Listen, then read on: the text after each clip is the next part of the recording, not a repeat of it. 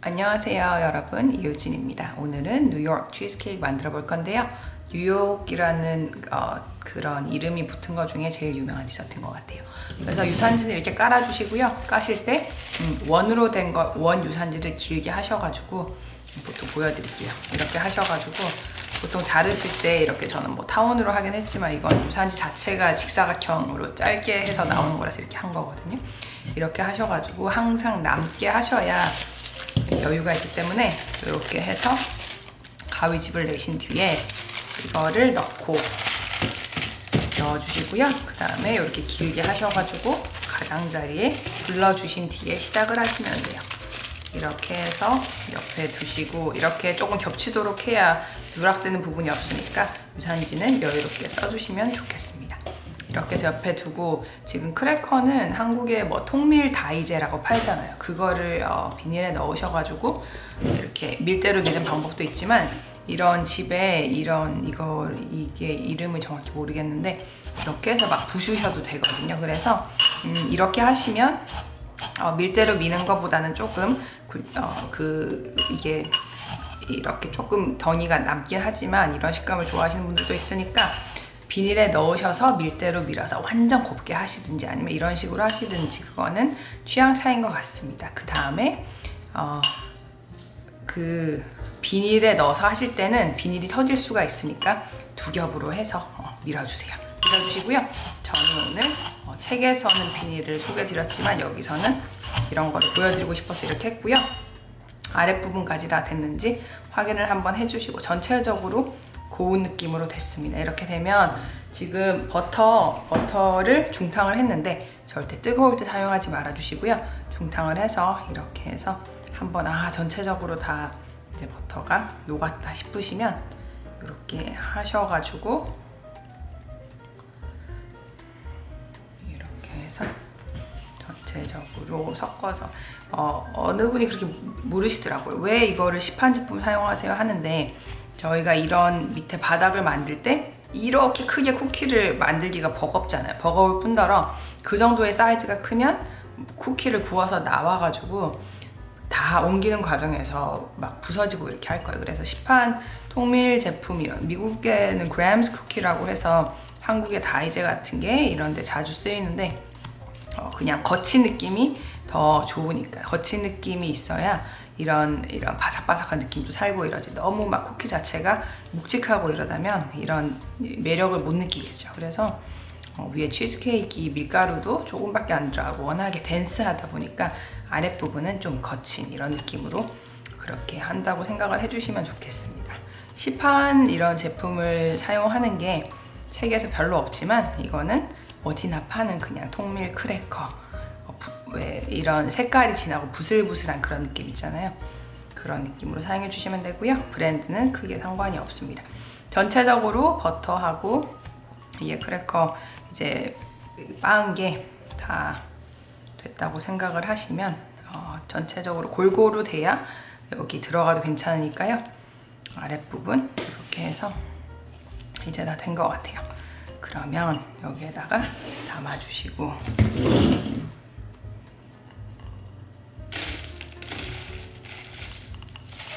치즈케이크는 크러스트만 만들어 놓고 내용물 부어가지고 굽는 거기 때문에 일반 케이크보다 더 쉽게 생각을 해주셔도 돼요. 왜냐면 이렇게 해서 혹시 이런 게 있으면 이렇게 마지막까지 다 긁어주시고요. 한국에도 치즈케이크 되게 인기를 계속 얻었던 것 같아요. 저희 뭐 2000년대 중반, 초중반에 왜 그때 처음으로 고구마 치즈케이크 나왔을 때 얼마나 다들 열광하셨는지 기억이 나곤 합니다. 이렇게 하셔서 이렇게 해서 지금 이 상태로는 구울 수가 없으니까 어느 정도 이렇게 하셔가지고 이렇게 책에 있는 저런 용기를 사용하셔도 되지만 혹시 뭐 위생 같은 거 신경 쓰이시는 분들은 랩을 살짝 까셔가지고 컵이나 손으로 이렇게 눌러주시면 되는데요. 이렇게 해서 컵으로 하는 게 좋은 이유는 이게 케이크 틀이 원형이니까 이렇게 해서 원형일 때 원으로 이렇게 하면 모서리까지 다 되잖아요. 이런 식으로 하셔가지고 이렇게 최대한 내가 생각하기에 납작하게 한다고 생각을 해주시면 되고, 전체적으로 지금 이걸 해서 냉장을 하는 이유가 그래야 버터가 굳으니까 냉장을 하는 거거든요. 그래서 최대한 내가 할 수 있는 한에서 납작하고 그 다음에 편편하게 일정하게 한다고 생각을 해주시면 될 것 같습니다. 전체적으로 다 이제 꾹꾹꾹 눌러서 됐다고 싶으시면 사람 손으로는 조금 한계가 있을 수가 있어요. 납작한 정도가. 그래서 그럴 때는 이런 컵 같은 거를 누르셔가지고 꼭꼭꼭꼭 해주시면 되는데, 컵은 깨끗이 씻으셨다면 지금 손이야 이렇게 닿기가 조금 그렇지만 컵으로 누르실 때는 자꾸 랩이 들어붙으니까 그냥 이대로 이렇게 하셔서 납작하게 해주시면 되겠습니다. 30분이 지났고요. 혹시 냉장고가 뭐가 많이 들어있고 냉장이 잘 안 된다 싶으실 때는 냉동실에 넣어 두셔도 괜찮습니다. 냉장고가 제일 좋긴 하지만 집마다 상황이 다르잖아요. 그래서 한 30분 이상이면 되기 때문에 30분쯤 지났을 때 이제 딱딱하다, 정말 여기에 케이크 반죽을 부어도 문제가 없겠다는 느낌이 오실까, 부슬부슬 떨어지고 이런 게 없으니까 이렇게 해서 옆에 두시고, 이제부터는 차례차례 섞는 건데, 지금 같은 상황에서 주의하셔야 될 게, 재료가 특히 유제품들은 실온이 아니면 저희가 망하기가 굉장히 쉬워요. 왜냐면 치즈 같은 것도 저 같은 경우는 아예 몇 시간 전에, 한두 시간 전에 꺼내놨는데, 이렇게 해서 쑥 안으로 들어갈 정도가 아니면 이게 섞이지가 않고 억지로 섞었다고 하더라도 반죽이 차가운 상태로 오븐에 들어가는 경우는 별로 거의 없기 때문에 이렇게 하셔가지고 일단 지금 준비를 해놨고요.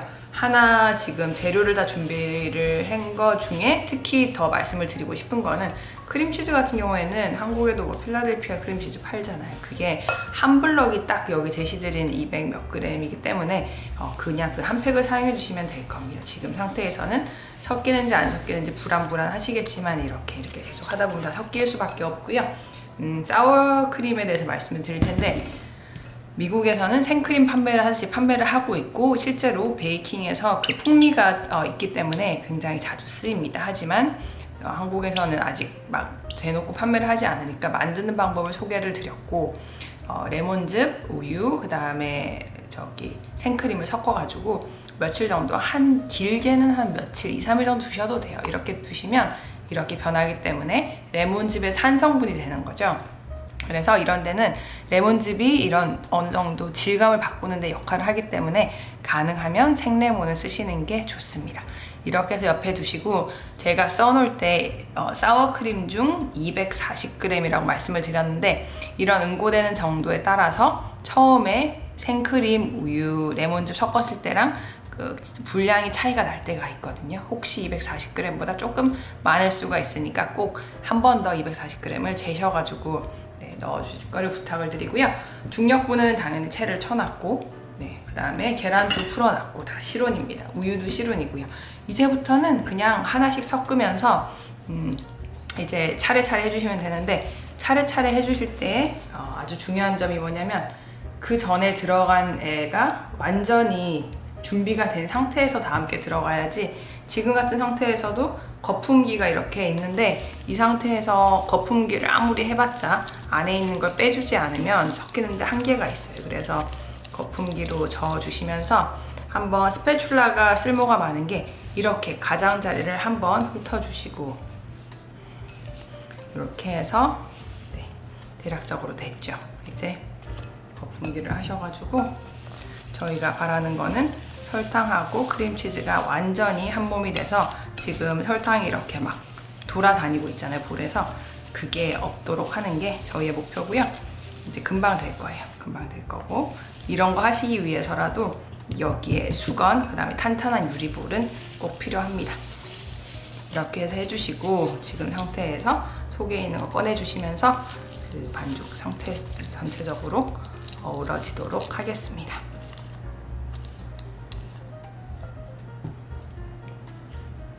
설탕과 크림치즈가 이제 다 섞였고요. 볼 가장자리 아래쪽도 다 섞였습니다. 이제 실온에 우유가 들어가기 때문에 이제 묽어져서 훨씬 섞기가 쉬워지시거든요. 이런 거 하실 때도 이런 다른 질감의 재료를 섞으실 때는 대부분의 경우에 몇 번 나눠서 섞으시는 게 좋고요.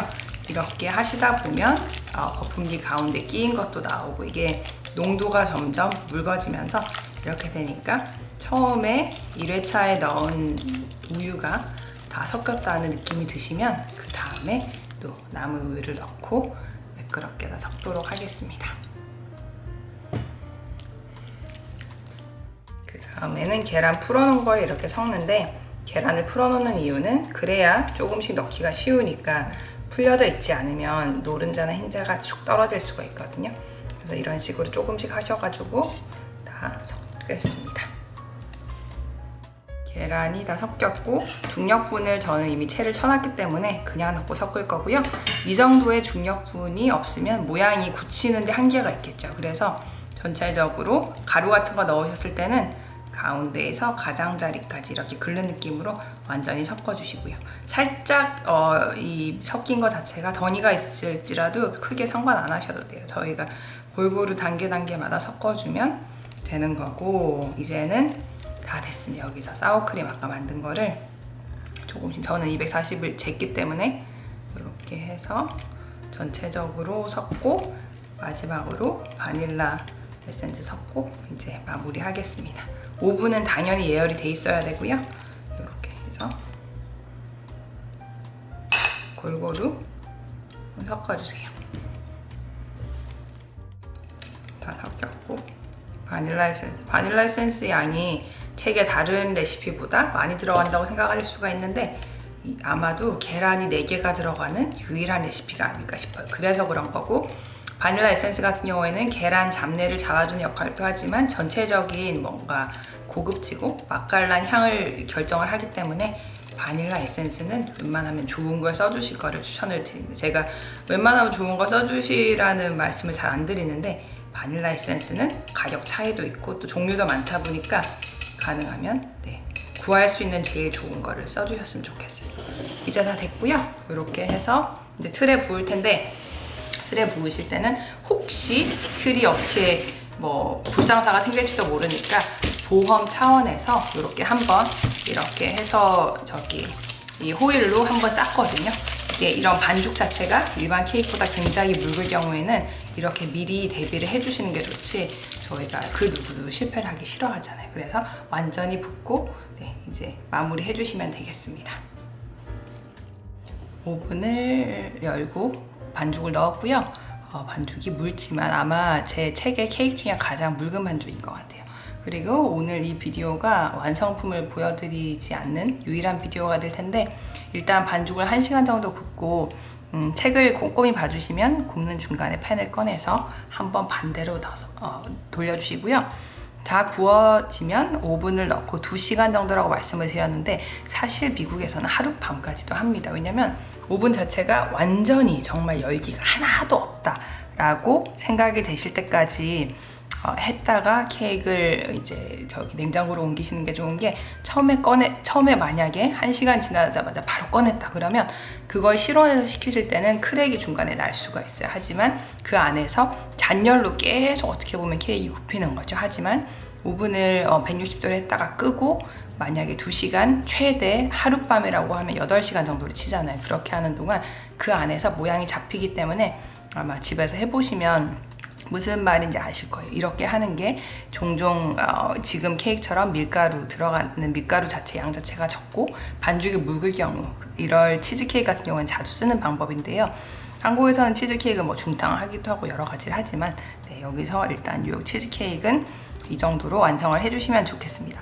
블루베리 소스는 여기 소개를 드린 이유가, 미국에서 여기 사진하고 제가 공개를 드렸지만 이 케이크도 설탕이 200g이기 때문에 굉장히 까진 아니지만 단 맛이 있잖아요. 단 치즈 맛이 있는데, 거기에 미국에서 완전 하듯이 잼 자체에도 진한 그런 단맛을 써버리면 진짜 머리가 띵할 만큼 다실 거예요. 그래서 제가 여기서 소개드린 거는 그나마 블루베리의 그 자체의 색감이나 그런 자연의 단맛을 소개를 드린 거니까 해주시고, 이거는 어렵지가 않은 게 설탕이 소량이 들어갔어요. 제가 할 수 있는 그냥 이 소스가 될 정도만 설탕을 넣기 때문에, 블루베리가 200g인데 설탕이 한 숟갈이니까 정말 최소한의 양이죠.